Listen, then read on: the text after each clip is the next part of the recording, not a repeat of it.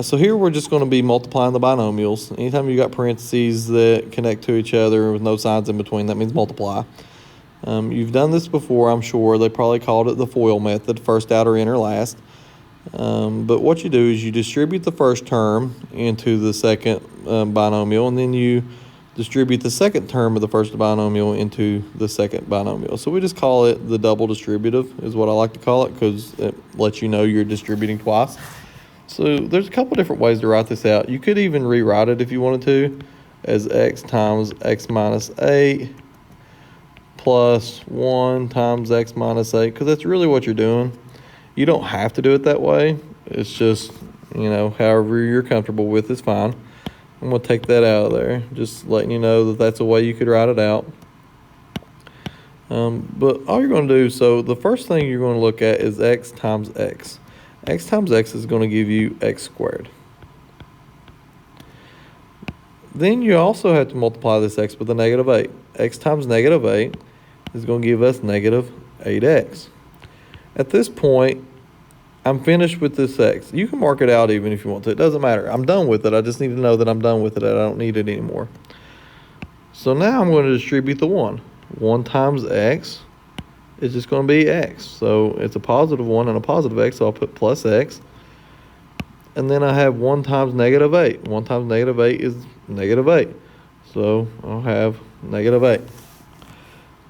At this point, the only thing you really have to do right now is go ahead and combine these like terms. I have a negative 8x and a positive x. So negative 8x plus x is going to give me negative 7x. So I'm going to bring down my x squared. Then have a negative 7x minus 8, and that would be my answer. So let's do another example. Now we have coefficients in front of the x's here. It's not really going to change much as far as what we're doing. You just have to make sure you understand when you multiply the 2 with the 3 that the coefficients multiply with each other. So let's go ahead and distribute this out. We've already explained how to do. We're going to go ahead, we're going to distribute the 2x to both terms. So 2x times 3x and then 2x times 4. And then we'll go ahead and do the negative 9 times 3x and the negative 9 times 4. So first let's start with the 2x times the 3x.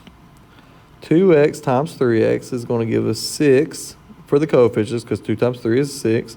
And then our x's will be squared, because x times x is x squared. Now we have to do 2x times 4.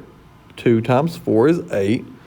So that's going to give us 8x. So it's positive 8x. Now we're done with the 2x. We don't need it anymore. Negative 9 times 3x is going to give us negative 27x, because negative 9 times 3 is negative 27. And the only thing left is negative 9 times the 4. Negative 9 times 4 is going to give us a negative 36. Only thing left to do, combine these like terms. I have a positive 8x and a negative 27x, so 8x minus 27x. So I'm going to bring down my 6x squared.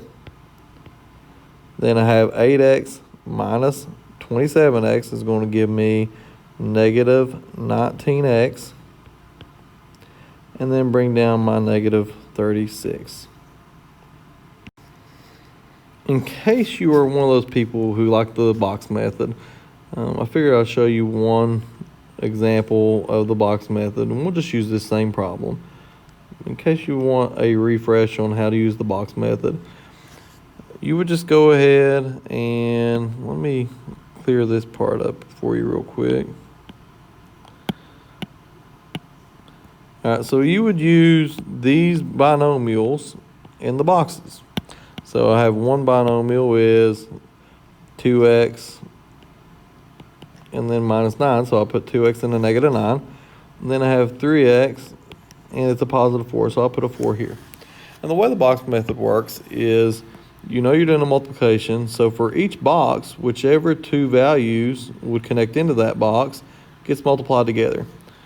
So for the top left box, we have 2x times 3x, which is 6x squared. Then we have 3x we're looking at the top right-hand box right here. We have 3x times negative 9. That's going to give us negative 27x. Then we have 2x times 4 to go in this box. So 2x times 4 is 8x. And finally, we have negative 9 times 4, which is negative 36. We're doing the same exact thing that we're doing right here. This is just a way of keeping it organized. If you don't really know what you're doing, this might be a good way to get started. And then at this point, we just go ahead and combine these whenever we write it out. And we write it out with the highest exponent to the lowest. So we bring down our 6x squared. Now it's a crappy looking squared. Let's fix it. All right. Then for our, I'm done with that. So let's get rid of it. For our x values, we're going to combine them. So we're just go ahead and combine them right now. We make negative 19x. Cancel those out and then bring down your negative 36. Doesn't matter. Mathematically, you're doing it the same. It's just some people prefer to write it out in a box method and others are fine with writing it out this way. Doesn't really matter to me. As long as you understand the work, we're good.